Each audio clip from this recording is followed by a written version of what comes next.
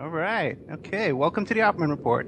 Every Friday night, 5 p.m. Pacific Standard Time on Revolution Radio, freedomslips.com, and then rebroadcast on Monday nights, 6 p.m. on awakeradio.us.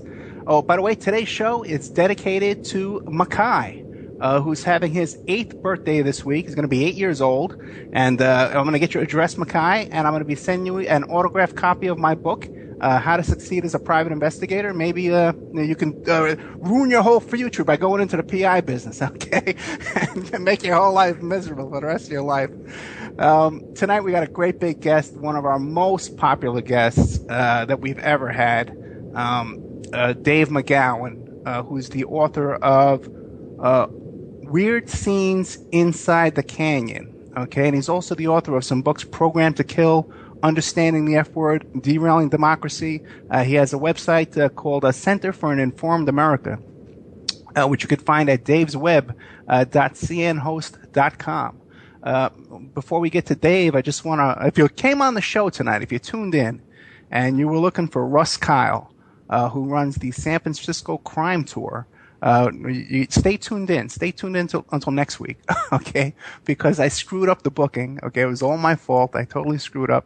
And we're going to have Russ Kyle next week, and he's going to be talking about Patty Hearst and the Zebra Killers and the Zodiac Killer and O.J. Simpson and even the People's Temple, the Jim Jones cult, and all interesting stuff that goes on, crime-related stuff that goes on in San Francisco, where he does this crime tour via his limousine. Okay, and tomorrow, okay, if you live in Vegas, tomorrow you can catch me.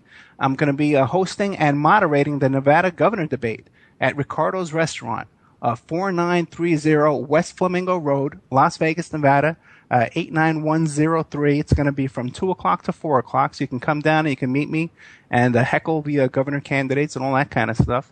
Let's see, any other announcements? I think that's about it. Mr. Dave McGowan, welcome to the show. Well, thank you very much for having me. I got to say, your show next week sounds like a fascinating one. I've touched upon several of those cases in my own work, and yeah, that sounds like a good one you got coming up. Yeah, he's right up your alley. Yeah. Hey, what kind of questions would you have for him? Oh God, I have no idea off the top of my head. I don't know. My brain's been so focused on Laurel Canyon lately that I can't really think of much else. So.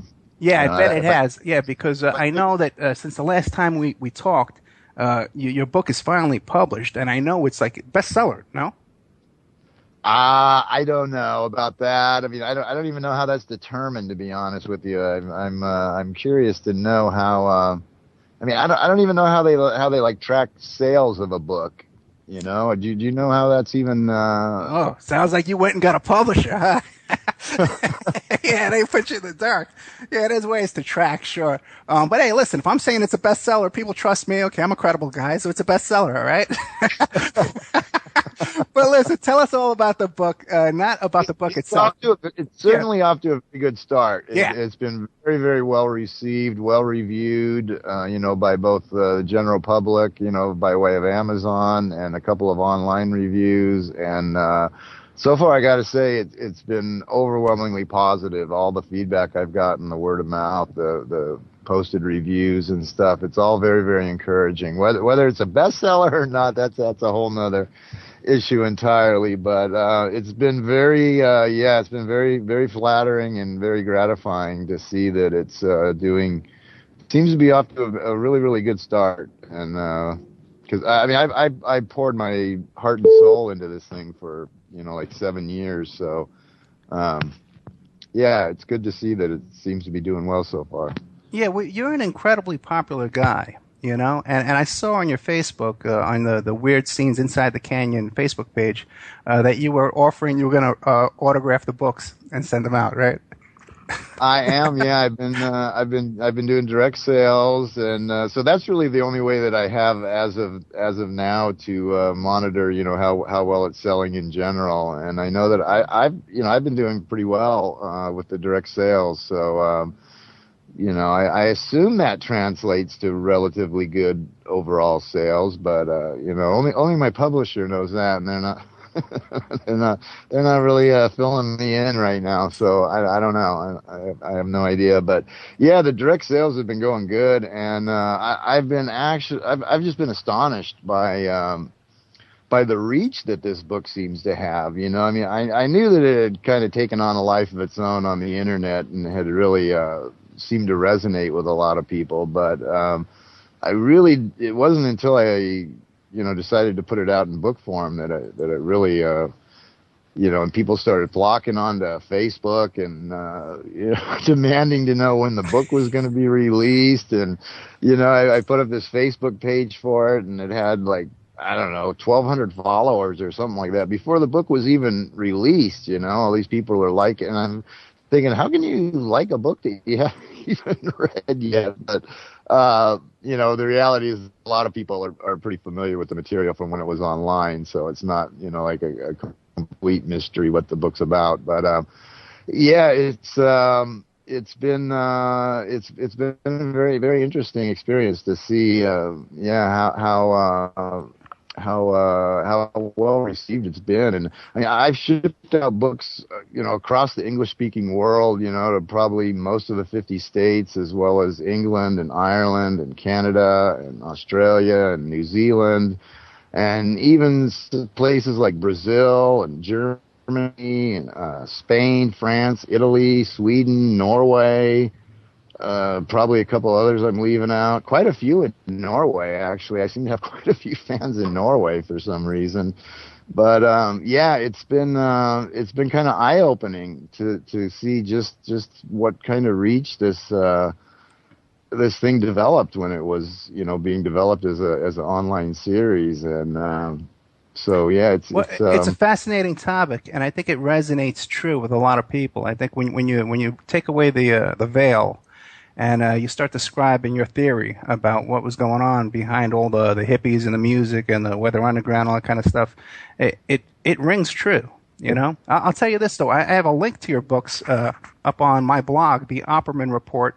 If you just put in Google the Opperman Report, the first thing that comes up is the Opperman Report blog, and there's links to your books on there. So if people buy them from there, I can let you know how many we sell from there. Okay, if you're a publisher, I'll tell you, man. I'll help you out with that. So tell us about it. Give us a broad. People know you. People who are tuned in, 99% know you. Okay, and I can tell you right away because I messed up and I started promoting you at the last minute today, and we got double traffic to the blog today than we normally do. So people definitely love you. Now go ahead. I'm still having a hard time wrapping my head around that concept. I mean, all the radio shows that I've been doing lately, the hosts have just these glowing introductions and, just heaping on the praise and telling me how much their listeners love me and all that. And then it's a little hard to wrap my head around at this point, really. If you really want to laugh, the last time you did my show, Rick and Annie from that radio show Shake and Wake, you did their show too. Oh, they bugged me for weeks to come on and do their show. Well, yeah, I know, I love them, man. But after I did my interview with you, Rick called me up that night crying. Okay, he called me up. He loved it so much. He was crying, man. Okay, so yeah, but then you did their show like about a week later, man. But give us an overall. I just got offered a radio show a couple days ago that I'm going to do on Tuesday from a guy who does a radio show out of Hawaii, out of Maui, and he was tipped off to the book by his pharmacist. Some pharmacist in Maui is apparently promoting my book to his customers, and so it seems to have just a really, really good, very positive word of mouth out there, and which is good because that's it's not the kind of book that the mainstream media is going to give any attention to at all. So it's it's largely dependent on independent means of promoting it, like through these kind of radio shows and through word of mouth. So that's all very encouraging. But anyway, what was your question? Tell us about the book. What is the book about? The weird scenes inside the canyon. The book is about the dark side of the Laurel Canyon music and counterculture scene. The mainstream version of the story is, very sugar coated and all peace, love, and understanding. And the mainstream books that have, and there are a few of them that have come out in the last like 10, 15 years. And they paint this very idyllic sort of portrait of the canyon as this this perfect hippie communal living environment where everyone had like an open door policy, and there were all these people who were destined to become these huge musical superstars, just living and jamming and partying together, and just this really kind of magical place where you could just walk down the street and hear all of these, these people who are now like iconic household names, rehearsing and writing songs and whatnot, in their front yards and just this amazing array of bands that poured out of the canyon in this fairly brief amount of time, from like the mid '60s to like the mid '70s.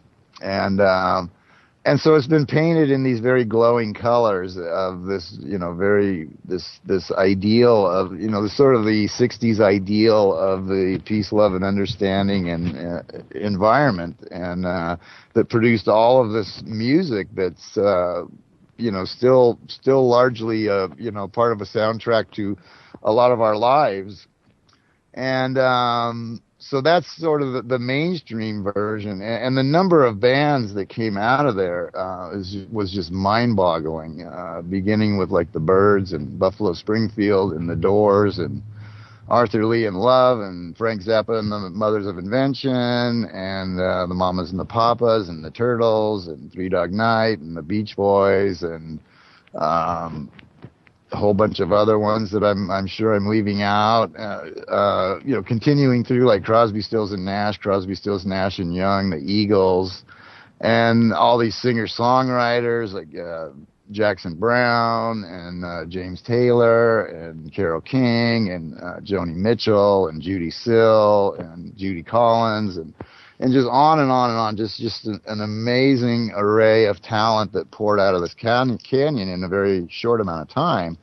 And like I say, it's all been, painted in these very, very, very glowing tones. And my book is a kind of a walk on the dark side of Laurel Canyon, at all the unexplored aspects of the canyon, like the fact that so many of these people who were destined to become these musical superstars were sons and daughters of the military intelligence establishment, and the fact that there was a covert military facility right there in Laurel Canyon that they were all gathered around, and all of these other sort of aspiring, up-and-coming political types that just didn't seem to really fit in, but yet they were in there right alongside all of the rock stars.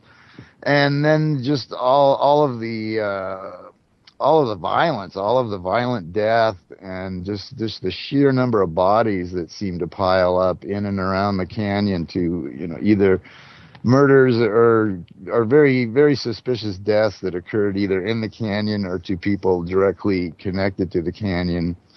So there's all these very, very dark threads that don't at all fit the whole peace, love, and understanding vibe that you get from other accounts of the Laurel Canyon scene. So my book attempts to correct the record, so to speak, by looking at all of these, all of these other phenomenon that were going on there, and in doing so, asking the question ultimately, was this whole scene kind of manufactured really from the beginning?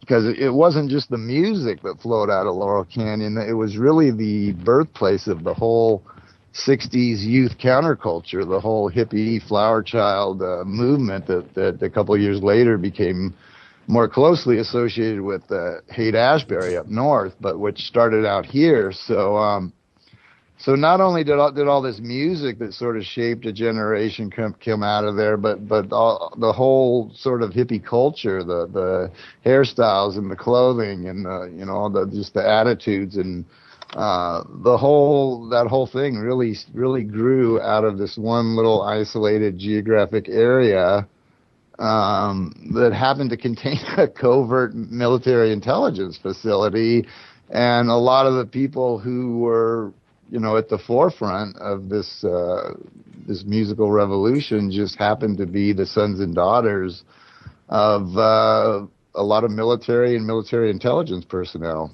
Okay, so then what is your conclusion? That's just too much of a coincidence to be possible. Yeah, basically, there's just too many coincidences. I mean, it's just, the fact that so many of these people, came from that background, and Jim Morrison in particular, whose father just not only was a Navy admiral, but just happened to be the very Navy admiral who was in charge of the fleet of ships that were involved in the Tonkin Gulf incident that led directly to the Tonkin Gulf resolution and our full-scale immersion into the Vietnam quagmire. And he was the guy that was in command of those ships. I mean, he was the central figure in orchestrating that whole incident that so greatly escalated the Vietnam War.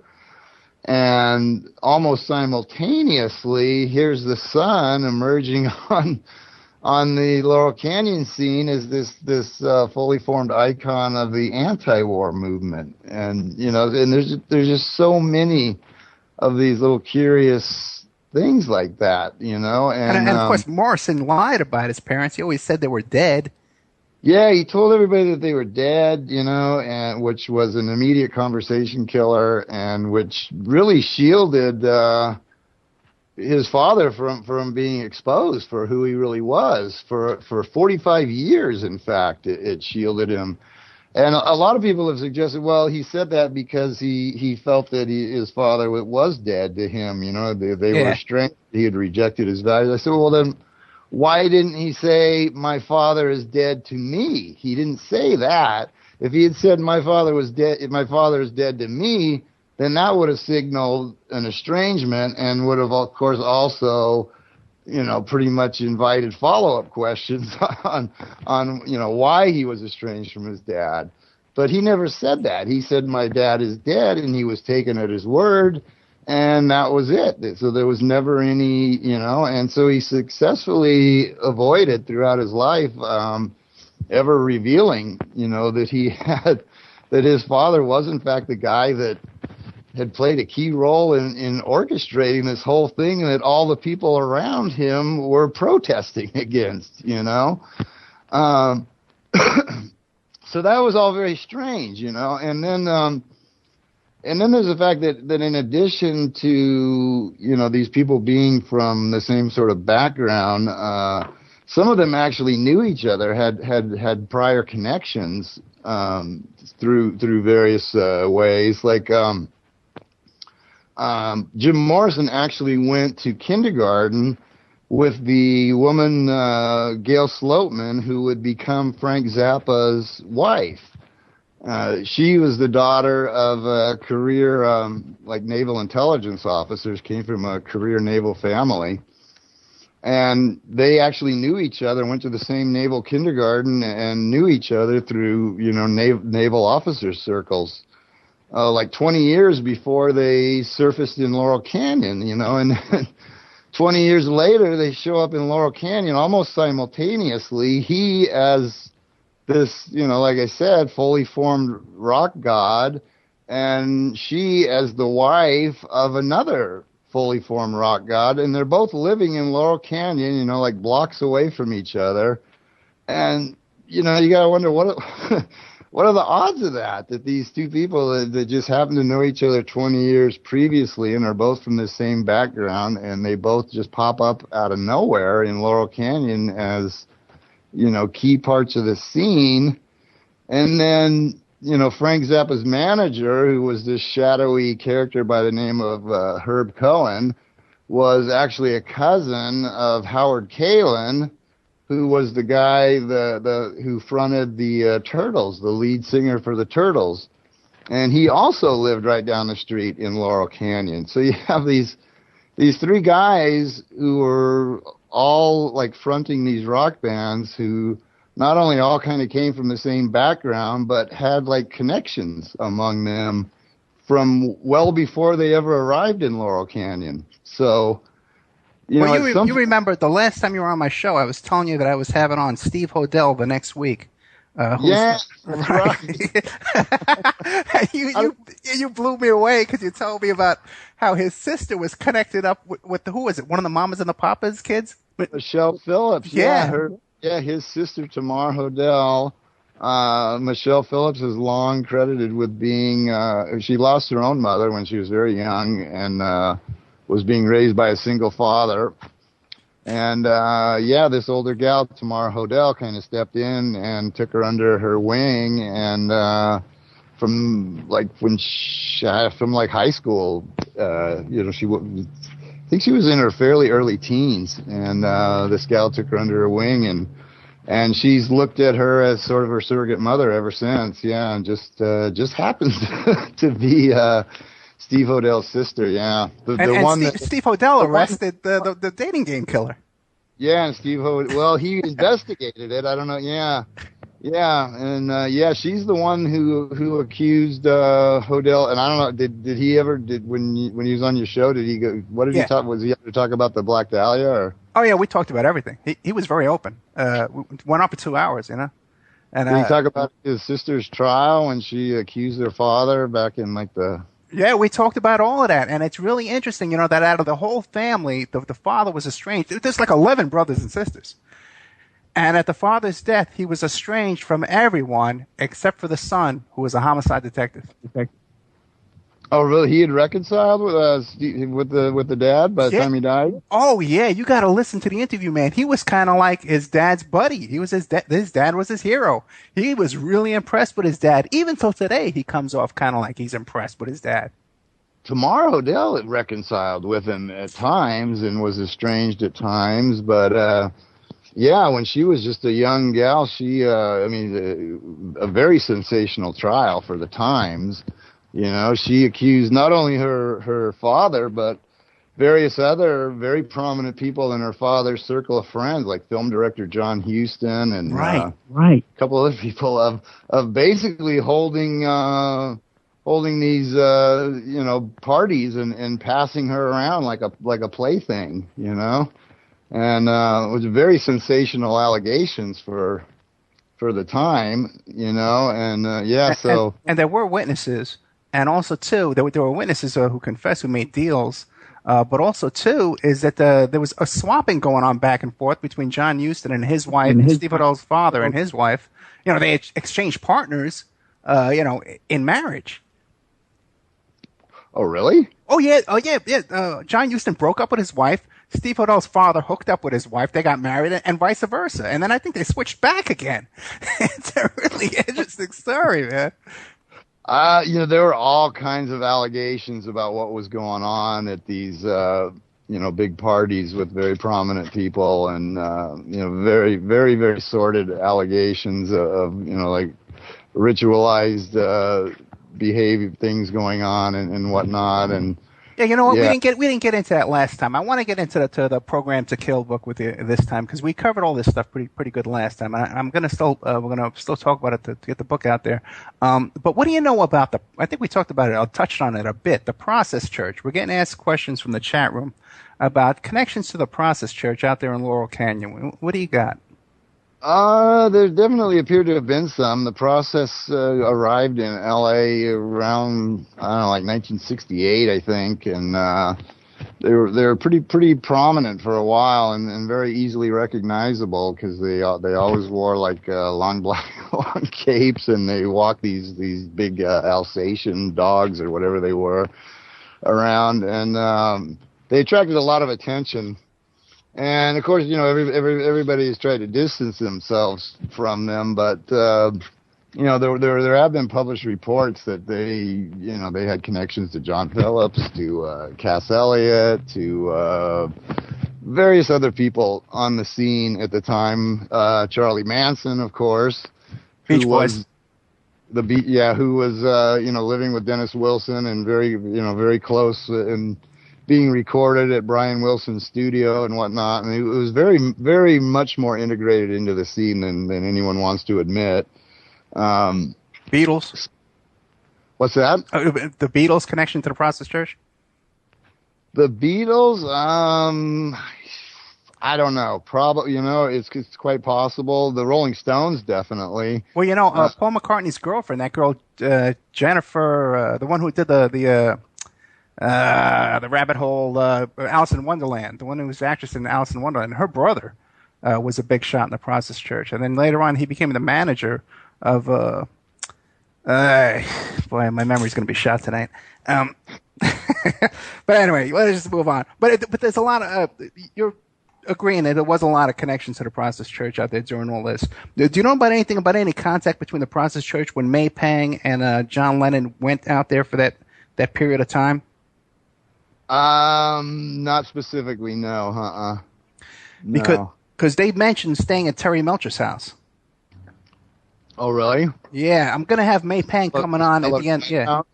That was a very popular house. A lot of people went there. I mean, a lot of the Laurel Canyon people were in and out of that house, and Manson reportedly had been there at least a couple of times, and various of his underlings had been there. Okay, hey, we got a break. We got a break coming up. Sorry, I didn't give you a little notice there. But we're on with Dave McGowan, one of my most popular guests ever. He's the author of Weird Scenes Inside the Canyon, Understanding the F Word, Derailing Democracy, and Program to Kill. We'll be right back after this. Okay, welcome back to the Opperman Report. Every Friday night, 5 p.m. Pacific Standard Time on Revolution Radio, freedomslips.com. Hey, is everybody getting that audio problem? Or just me? I'm okay. You're good? Okay. I think I'm good now. Okay. And we're back with Dave McGowan, one of my favorite guests, author of Weird Scenes Inside the Canyon and also Program to Kill. So, Dave, tell us about Program to Kill. And then what your conclusions are about all your research in that area. It's basically an alternative look at the serial killer phenomenon that really kind of kicked into high gear in like the early 70s, when an era when we had all of these very high-profile kind of name-brand serial killers, which we don't really have anymore. Have you noticed that? Yeah. It used to be that we had these larger-than-life people like John Wayne Gacy, Jeffrey Dahmer, Ted Bundy, the Night Stalker, the Hillside Stranglers. All Son of these. Son Son of Sam. of Sam, yeah. I mean, every city seemed to have one there through the 70s and into the 80s, and we don't really have that anymore. I mean, L.A. used to have them. It seemed like there was constantly, the Sunset Strip killers, the Freeway killers, the Hillside Stranglers, the Night Stalker. I mean, it was just like one after another. These very high-profile people that got a lot of press, and they got these names, they got a media friendly name and all that, and we don't have that anymore. I mean, and nobody really questions that, which is just amazing to me. We went through this period where we just seemed to have serial killers on the evening news on a regular basis. And at some point that kind of died out, and now what we have instead is school and workplace shooters and quote-unquote domestic terrorists, like the Sarnoff brothers or whatever, and, who have largely replaced serial killers and largely fulfill the same function, that serial killers once did. So, what my theory basically boils down to is that, it was largely a government project and was essentially the Phoenix program brought home, because what we had here, were crime scenes that were very, very similar to what had been done over in Vietnam, for the purpose of terrorizing the people into, accepting, submitting to our will, basically. And it was a psychological warfare program where people weren't just assassinated; they were assassinated in particularly gruesome and horrific ways, and put on display as sort of warnings to others. And it was a psychological warfare tactic to traumatize the population, and it was run by William Colby, who right after that came home and was appointed director of the CIA. And so, and that just happened to coincide with this, sudden rise in all of these big name serial killers, Charlie Manson and the Zodiac and all the names that we just went through. And so I believe it was a homecoming. Basically, it was a way of bringing home a tactic that had, apparently had worked over there, and it was deployed over here, and quite successfully until until this new breed of terrorists or whatever you want to call them came along, and now we have them, basically serving the same function, which is to terrorize the American people into voluntarily giving up, their rights, their civil liberties, their privacy rights, their due process rights, and, all of the stuff that we see happening. Now, was that going on in the general public back in those days? People were giving up their civil rights in order to catch these serial killers? I think this is a much more effective tool that we have, but I think it was a very effective psychological warfare tool, because it just bred distrust in general, among people, because the way we presented was that these were, they could be anyone, they could be a coworker, they could be a friend, they could be a family member. I mean, there could be a serial killer lurking anywhere, and it created a lot of fear and a lot of willingness to accept more invasive policing, and more militarized policing, and really sort of the whole process, which we've seen greatly escalated lately. It also seems like a lot of these serial killers back in those days had the capability of doing really impressive home invasions. Yeah. Like where you would think, you would really need a real professional. You see how the cops invade a home, they have a hard time doing it. So it would be really impressive coming in and taking over a home and tying people up and then slaughtering and. Yeah, that's true. I mean, and there were other functions that served as well. I mean, as we talked about with the BTK, and that wasn't unique to the BTK killings, that some of the killings seem to be targeted assassinations. Right. And there are other cases where that Henry Lee Lucas has said on the record that was his job, was that he was an assassin, and that he also killed for fun, and that he made the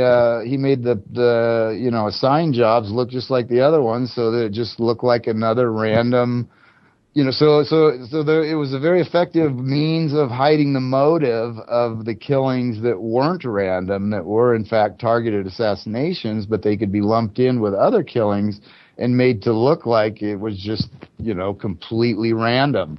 So that was another function that was very effectively served by that. And in some cases, it seems to have been used as a cover for mind control operations as well. So it served quite a few functions. But, like I say, it's pretty astonishing that we went through this era where, you couldn't turn on your TV without some big name serial killer prowling around somewhere in the country, whether it was John Wayne Gacy in Chicago or Jeffrey Dahmer in where was it, Milwaukee, or, whatever the case may be. And now, I mean, when BTK may have been like the last real, like, big name, can you think of any serial killer that we've had since then. Yeah, the Rifkin, the one that was on the Seinfeld show, Joel Rifkin.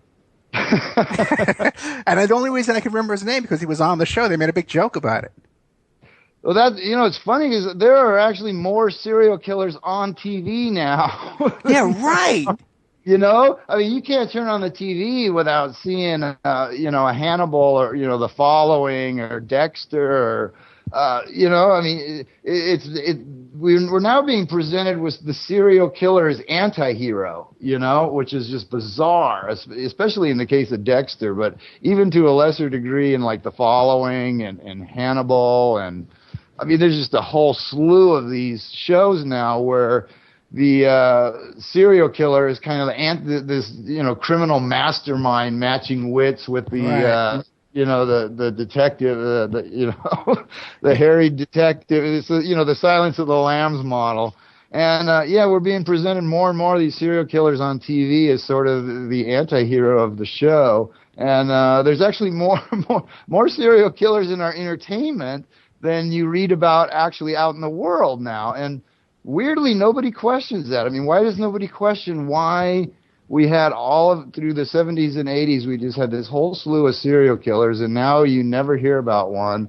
And coupled with that, at the same time, we have the rise of these school and workplace, these seemingly random, multi-victim, attacks that have now replaced it, and nobody questions that. It's like, why did the serial killers go away, and now we have all these people, and why does nobody question, why that's now a part of our daily environment when it wasn't, 20 years ago? And yeah, it's just, it amazes me how people... Yeah, people don't question anything. People don't question. I know. Why do they not question? They don't. That's what I always say. It's, listen, just think logically. It has to make sense. But now, if the function of these serial killers was to create a blood sacrifice, okay, let's say to Satan, right, or whatever these people worship.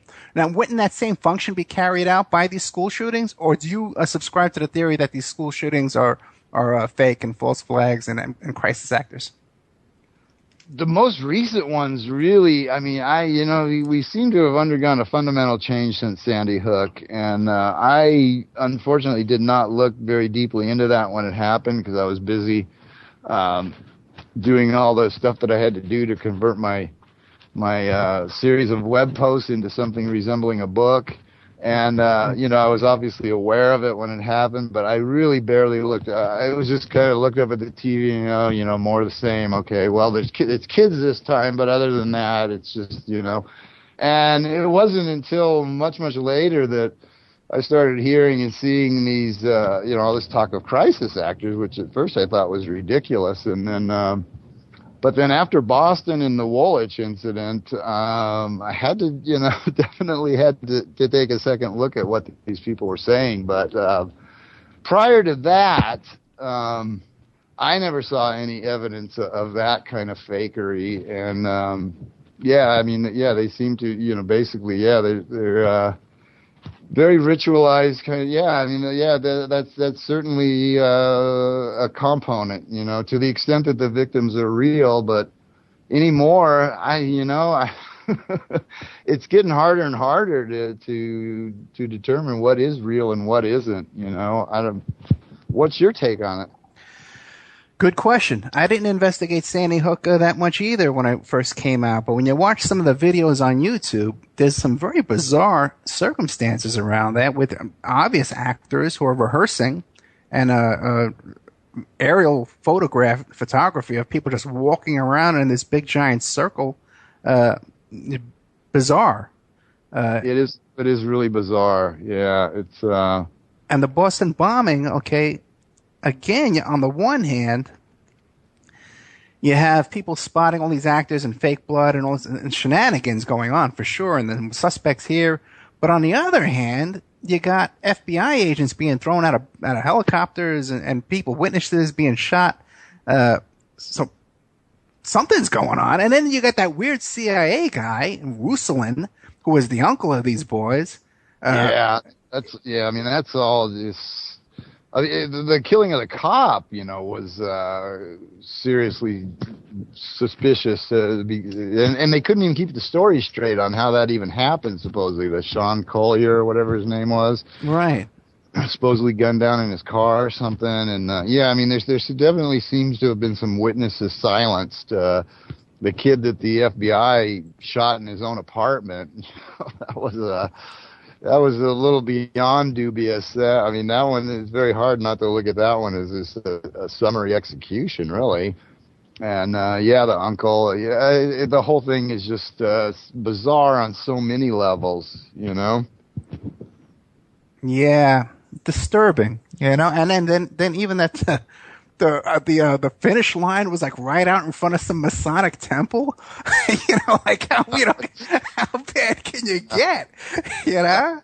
But I mean, as far as I know, before Sandy Hook, the death and devastation was very real. At places like Littleton and whatnot. Yeah. And they do have they definitely had very ritualistic elements to them. And what they're doing now, I don't know. That's a whole nother. It's getting very strange out there, and harder and harder to differentiate reality from, I mean, it's difficult to know whether you're watching something that's billed as entertainment or you're watching the news. I mean, you just don't know what's real and what's not anymore. Have you ever looked into the videos on YouTube of Dallas Goldbug? Dallas Goldbug. That name rings a bell. I can't quite place it at the moment. He pretty much a lot of his claims like there's like 6 actors that have played everyone in history or something. Yeah. He's there's a lot of disinfo in there for sure. But he stumbled on some stuff that has credibility. First of all, that whole Phoenix Tucson shooting of the judge and stuff like that. That seems to be a whole staged event. But he also has some videos on some of his early videos up where he shows obviously staged scenes at Occupy Wall Street. Oh, really? Oh, yeah, where they signal the camera. Yeah. The Giffords and Lochner thing, that was a... yeah. She made a miraculous recovery. You got it for taking a bullet to the head, man. I'm very impressed, yes. Yeah. Yeah, Just like those the amputees in Boston. Right. So, I mean, they were out of the hospital and walking around in seemingly in hours. So yeah, these people definitely do recover. I had never even considered the possibility that might have been, but I can't really rule out anything without looking into it myself these days. Right. It's so yeah, I don't know. Well, that might be a good segue. We talk about Occupy Wall Street because I know one of your theories is that even the Weather Underground and that whole hippie revolution kind of thing was also some kind of psyop staged kind of event. I'm not sure about the Weather Underground. I think the Symbionese Liberation Army certainly was the Patty Hearst kidnapping and all of that, and I mean, I kind of view the SLA and the Charles Manson thing as kind of bosom buddies, so in a way, and the Manson was kind of meant to discredit the more communal hippie type existence, and while the SLA was meant to discredit the more militant, branches like the SDS and Weather Underground. But then there's the question of whether any of those movements were legitimate, even to begin with, or whether they were manufactured and they'd outlived their usefulness and they wanted to kill them off. It's a lot of gray area there. Well, you might find it interesting that I had Mark Rudd on my show, who was a founder of the Weather Underground, and he came out of the SDS. And oh yeah, you might want to listen to that interview because your name came up. Okay, I couldn't. Oh yeah, I brought it up. I couldn't resist. And I was asking him different things about, hey, was there COINTELPRO? Did you see any infiltrators? Did you notice anything suspicious going on? And he said, no, nothing at all. And he's an interesting guy. Mark Rudd, one of my most interesting guests. because he's changed his tune. He didn't serve any prison time for his crimes there. The theory is that he got out of any prosecution because the FBI and COINTELPRO had broken so many laws, kidnapping people and stuff like that, that they couldn't press charges and get charges against him. So, okay, that's possible. So I'm talking to him, and I said, well, do you know about Dave McGowan and his book about, Laurel Canyon? And his theory that, that the whole thing could have been staged. It was kind of a psyop kind of operation, because that's what I thought your opinion was. And he said, yeah, he heard of you, and he read your book. Oh, really? Really.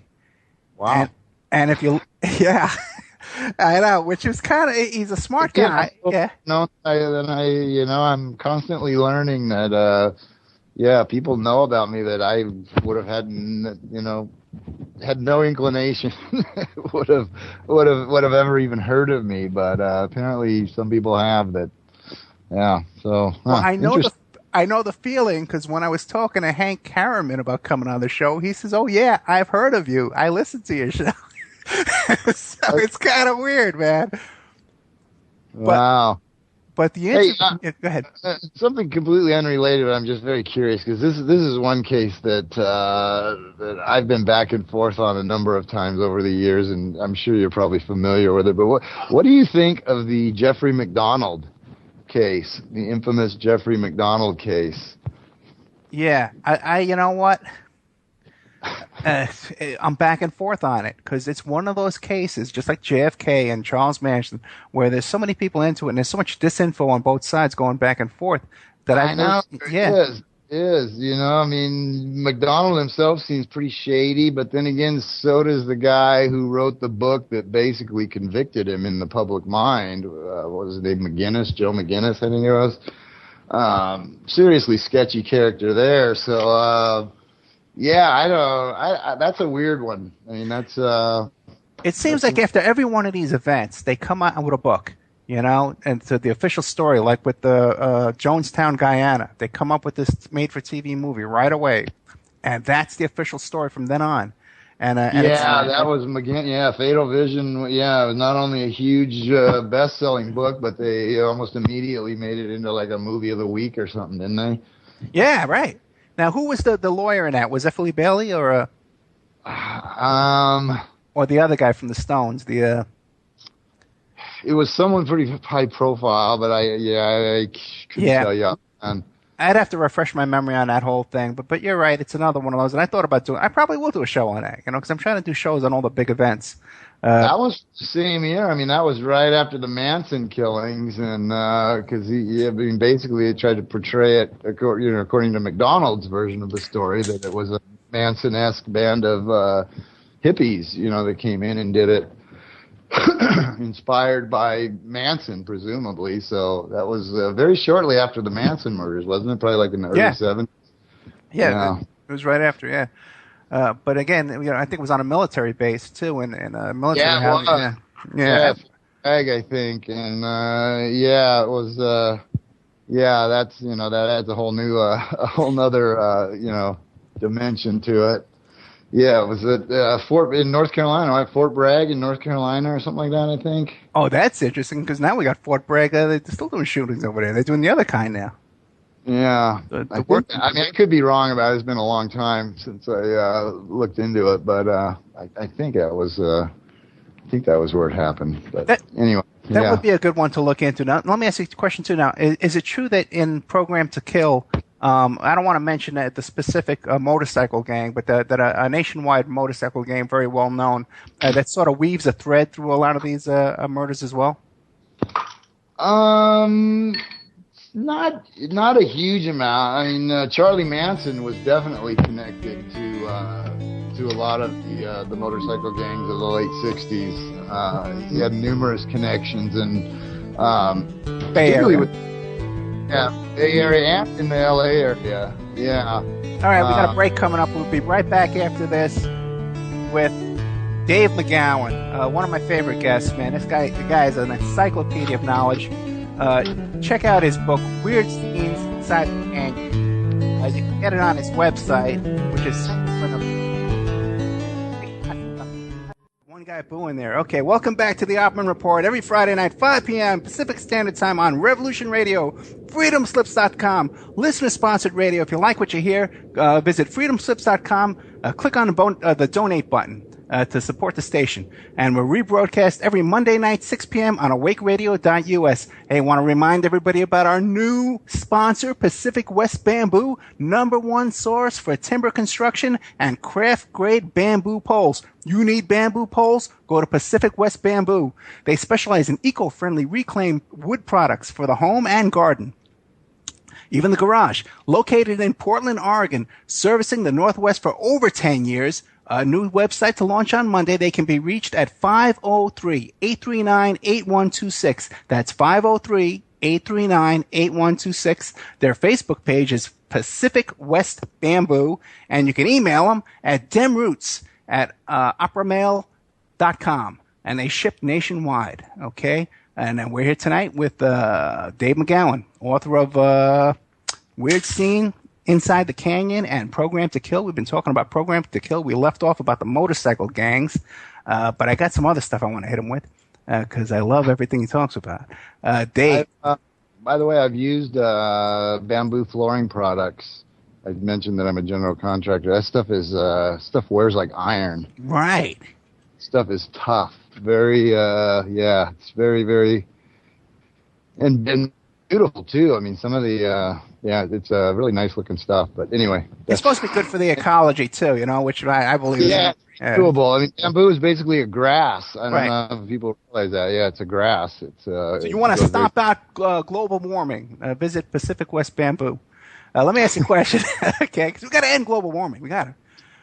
What do you got? I got a guest coming up. We're going to be doing Roy Radin, the Cotton Club, Bob Evans, and the Cotton Club murders, and all of that story, man. Are you familiar with that story?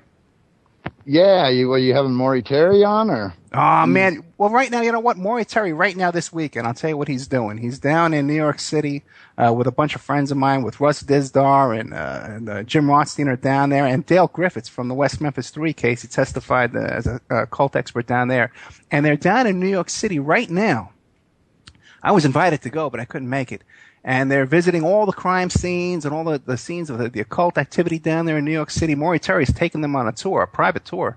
And they're visiting scenes and they're praying over these scenes and stuff like that. And I tried everything I could to get down there. But I have Maury Terry. I've reached out to him, and I'm going to try and get him on, as well as Dale Griffiths.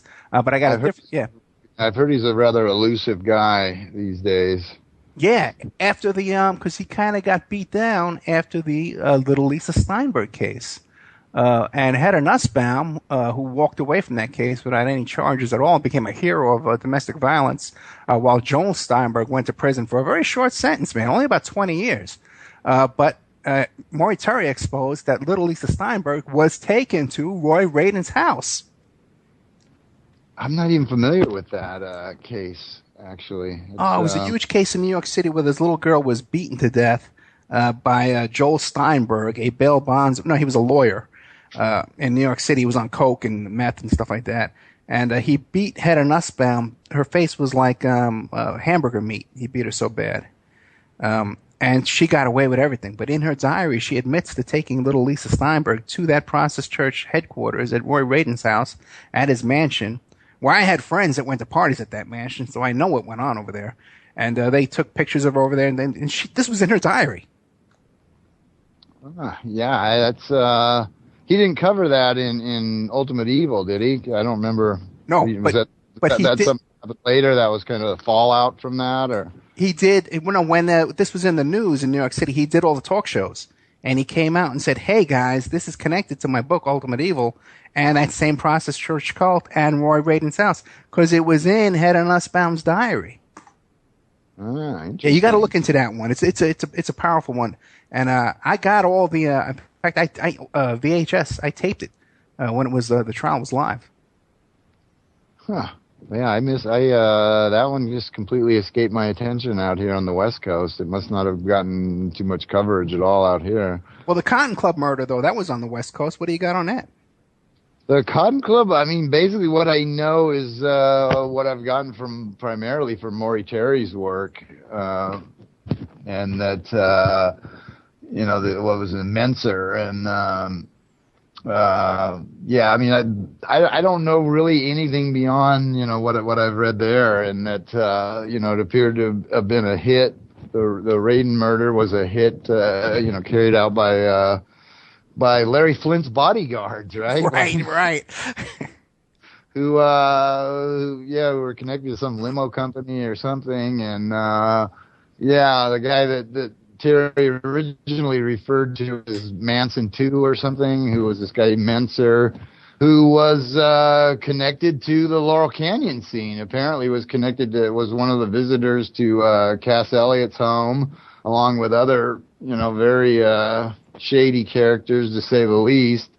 I mean, Mama Cass had such a sordid collection of friends that according to one published account, like several of the original prime suspects in the Manson murders were all members of Cass Elliott's inner circle. Right. she had all of these very shady, and she lived right across the road from two of the victims, Frykowski and Folger. And, well, Scott Michaels in his video 6 Degrees of Helter Skelter says that Roman Polanski broke into Papa Phillips' house to get his address book because he wanted to compare the handwriting. It's quite possible. I mean, they were very closely, they were very closely tied to it. So much so that John Phillips and Cass Elliott were both on the witness list. Right, for Charles Manson. But yeah, they were scheduled to be called as witnesses at the Charles Manson trial, and somehow they magically didn't get called. I don't know, they pulled some strings or whatever and kept their name out of it. So, to this day, a lot of people don't even know how closely associated they were with it. I mean, it's so ironic that, two of the bands that had the kind of the most squeaky clean images from that era, the Mamas and the Papas with, California Dreamin', and their music was kind of very, lighthearted and, very feel good kind of music, and the Beach Boys, right, who had the really squeaky clean image, didn't look at all like any of the other Laurel Canyon, all-stars. I mean, you had these guys with very clean cut, short hair, all in like matching goofy uniforms and, whatnot. And they just had that all American squeaky clean image. And yet those were the very people that were most closely connected to Manson and his followers, were Phillips, Cass Elliott, and Dennis Wilson, two of those three ended up dead under, very questionable circumstances in my mind, both Wilson and Elliott. And, I don't think that's a coincidence either. So yeah, they were all very deeply involved, very closely tied to both the people, the Manson people, and the people, identified by Terry as being responsible for the Cotton Club murders. Hey, so back to Manson 2, Mensker. What do you know about him? Because are you familiar with Alex Constantine's work, where he connects him to the as part of O.J. Simpson's drug dealing group? I did not know that. No, I've read both of Constantine's early books, Virtual Government, and I don't remember what the other one was, and his Covert War on Rock. And I haven't really heard much from has he really? What's he doing now? Is he just publishing stuff on the web, or has he written any more? Because I haven't seen any more books or anything come out from him. Seems to be keeping a pretty low profile these days. Yeah, he's a hero of mine. I used to follow him on news alt. What was it called back in those days? Usenet. Alt O.J. Simpson and alt West Memphis 3. He was a prolific writer and all that stuff like that, exposing Colonel Aquino and he had a lot of work on O.J. He has a website now. I don't read as much as I used to follow his work back in the old days, but he did a lot of work on the O.J. case and connects O.J.'s coke dealing and Al Cowling's coke dealing, which is no doubt about that, to Mensker, that guy, Mensker again. It's quite possible, because I mean, there was drug dealing was one of the main subtexts of the both the Cotton Club and the Manson murders. I mean, most of these people were involved to varying degrees. It's alleged that Jay Sebring was trafficking drugs through his Sebring International Corporation. That was basically a front. And it's quite possible that that's true because one of his biggest investors, business partners, was John Phillips. Oh, really?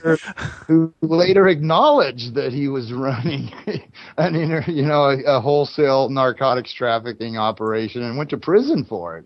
But Robert Evans, the film producer of Godfather fame and all that stuff like that, and friends with Jack Nicholson. Did Jack Nicholson and Robert Evans actually go and clean up the blood in Roman Polanski's house?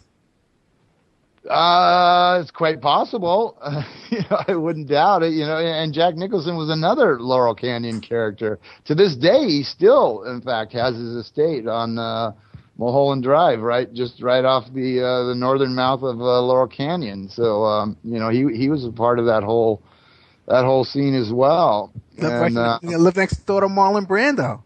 Yeah, he lived right next door. Well, he now owns both property. They had adjoining properties, and when Brando died, he bought his property and mowed it down and just tacked it onto his own. So he has this huge estate there now.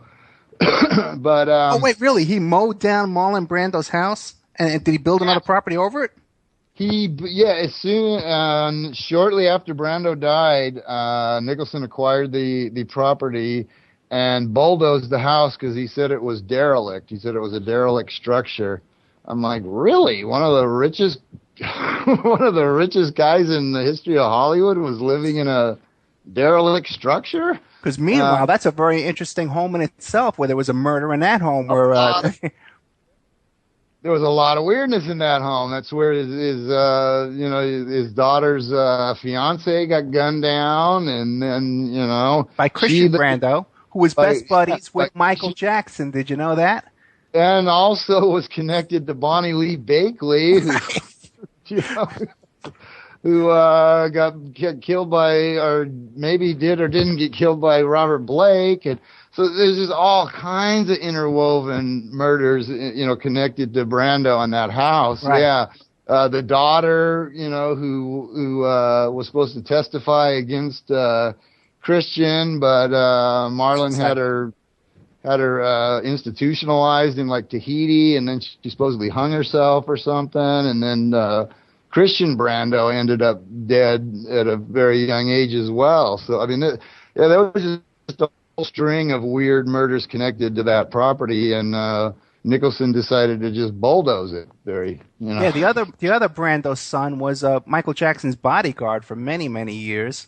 And also, too, the home where Roman Polanski is guilty of that rape, that was in Jack Nicholson's home. Yeah, it was. Yeah, right, yeah. So how do these guys get away with this? Yeah, there was a lot of interconnected weirdness. Yeah, and like I said, a lot of these people seem to be involved in drug trafficking. It's been reported that Folger and Frykowski were trafficking drugs. Right across, like I said, right across from Mama Cass. And that dealers came and went from there all the time. Sebring, is quite possibly involved. So yeah, they're indicating, and the Manson family themselves, the perpetrators, were also involved in drug trafficking. So that seemed to have been the subtext for for that whole series of killings. So it wouldn't surprise me if one of the key characters from that, Menser, was also involved in some kind of trafficking operation with, Simpson and Cowling. It's because even Manson had more money than people give him credit for. They had a lot of equipment up there. They had a lot of dune buggies and stuff. But he also worked out of an office. Manson worked out of an office called Star Entertainment, where they did prostitution. Yeah, on like Sunset Boulevard or something. Yeah, it was like undercover of like a talent agency or something, and they were basically trafficking in girls. And he had his own. he had an office. Yeah, the image that most people have of him, is just this kind of ne'er-do-well, grubby hippie with his band of followers that were like so poor that they had to dumpster dive for their meals and whatnot. And they attack these glamorous Hollywood people that were in a completely different social sphere. But the reality is that they had mutual friends. They traveled in the same circles. They probably most likely had run into each other, at places like, in places at Laurel Canyon that regularly held like open house, like Cass Elliot and John Phillips, who seem to have been closely connected to both victims and perpetrators. And there was a lot of indications that all of these people were involved to varying degrees in drug trafficking. So, Manson came out of Boys Town, Father Flanagan's Boys Town.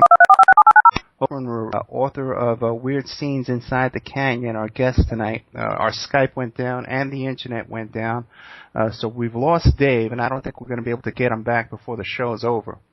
But you can find Dave McGowan at his website, Center for an Informed America, and that's at www.davesweb.cnchost.com. And all his books that I definitely recommend to you, Weird Scenes Inside the Canyon and Program to Kill and Understanding the F Word, Derailing Democracy. I have a link to all those books on my website, the Opperman Report, on my blog that you can go online and you can find easily by Googling the Opperman Report. We also did a previous interview with Dave McGowan that I really want to recommend to you, where we went into totally all his observations and theories that he has on the weird scenes inside the canyon, Laurel Canyon, California, and that's available on the Opperman Report YouTube channel. So if you just go on the Opperman Report YouTube channel and just look for Dave McGowan, you'll find the two YouTube interviews with Dave, the one we did a few months back and the one we just did tonight. Okay, let's see, what else is going on? I really want to thank a lot of people. We're doing a new, just joined awakeradio.us and awakeradio.com, and a lot of people there don't know me and who I am. My name is Ed Opperman. I'm a private investigator. I'm also a digital forensic investigator. I've been involved in some of the biggest news stories and cases in the past several years. I was on the Tiger Woods case. I was on that big Charlie Sheen case when we attacked my client, Capri Anderson, in that hotel room in New York. I investigated Ashton Kutcher, and I was part of a congressional investigation and a congressional hearing into Secret Service misbehavior that grew out of my investigation into Todd Palin.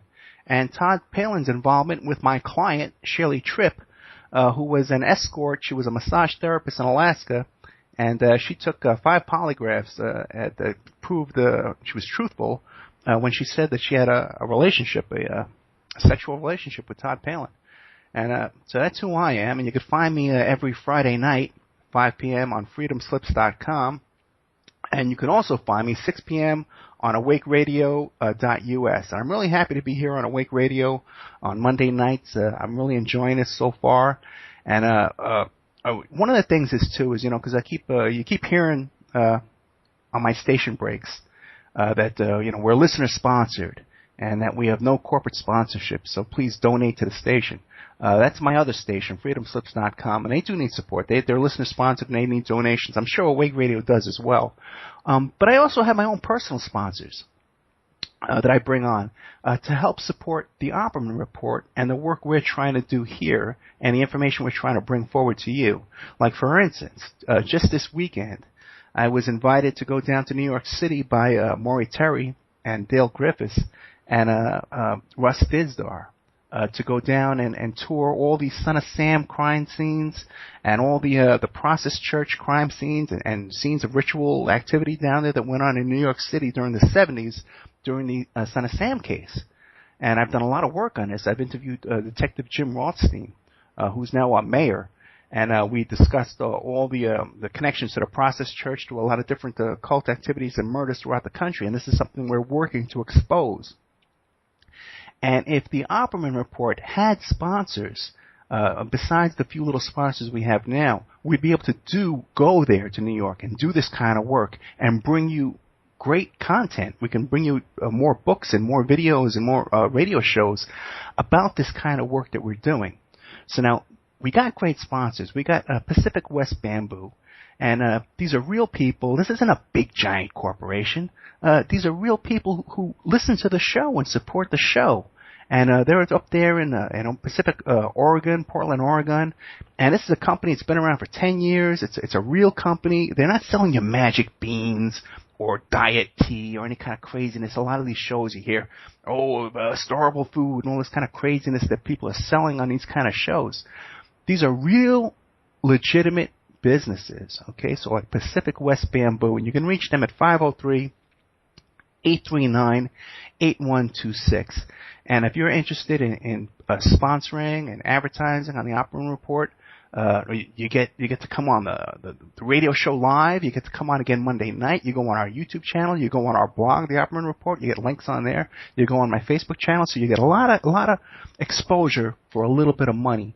Now we have another sponsor, a brand new sponsor, and they're called Columbia Paranormal Investigations. You can find them on their Facebook website just by searching for Columbia Paranormal. Okay, their phone number is 573-489-5337. Okay, now their mission is to scientifically research paranormal activity and to find either explained phenomena or to otherwise explain the claim and disprove the phenomena. They'll be honest and open with you, with clients, and they maintain discretion. Okay. They're a team of professionals conducting investigations into possible paranormal activity. Investigations are done in complete confidence, and copies of reports are given at the end of each investigation. Now, these are licensed professional investigators in Columbia, Missouri. Columbia Paranormal. Now, get this. It's a free service. This is free service for the purpose of documenting paranormal activity. Okay? They don't charge you a dime whether they find activity or not. Now, you can contact them at 573-489-5337. Their email is hjkrol59@yahoo.com. And it's called Paranormal, Columbia Paranormal. And you can find them on their Facebook page. So these are two great sponsors we got, Pacific West Bamboo, Columbia Paranormal. They see the vision we're trying to accomplish here, and they're supporting us, and we really appreciate them when we ask you to support them in any way that you can. I want to thank, too, the Opperman Report team that we have here working for you. Now, you hear me talking to you every week, but we have people behind the scenes who are putting in not even a 40-hour week, putting in more than 40 hours. My producer, Ann Francis, who works behind the scenes with me, almost 24 hours a day we work together on this kind of thing. Booking guests, researching guests, everything you could imagine, editing, scheduling. This is a professional woman. She's an artist. She's a creative woman. She's an architect. But she donates her time to keep this show going. And her name is Ann Francis. She's an excellent producer and a partner in this production here. We also have Christoph Moses, who handles all of our uploading the videos and editing and all transferring stuff like that and downloads and things. And also, too, not just a technical guy, because I think he's an IT professional for work, but he's also an artist and a musician and an incredible guy, and donates his time and his input to this show and to these stations we're on. And I can't thank him enough either.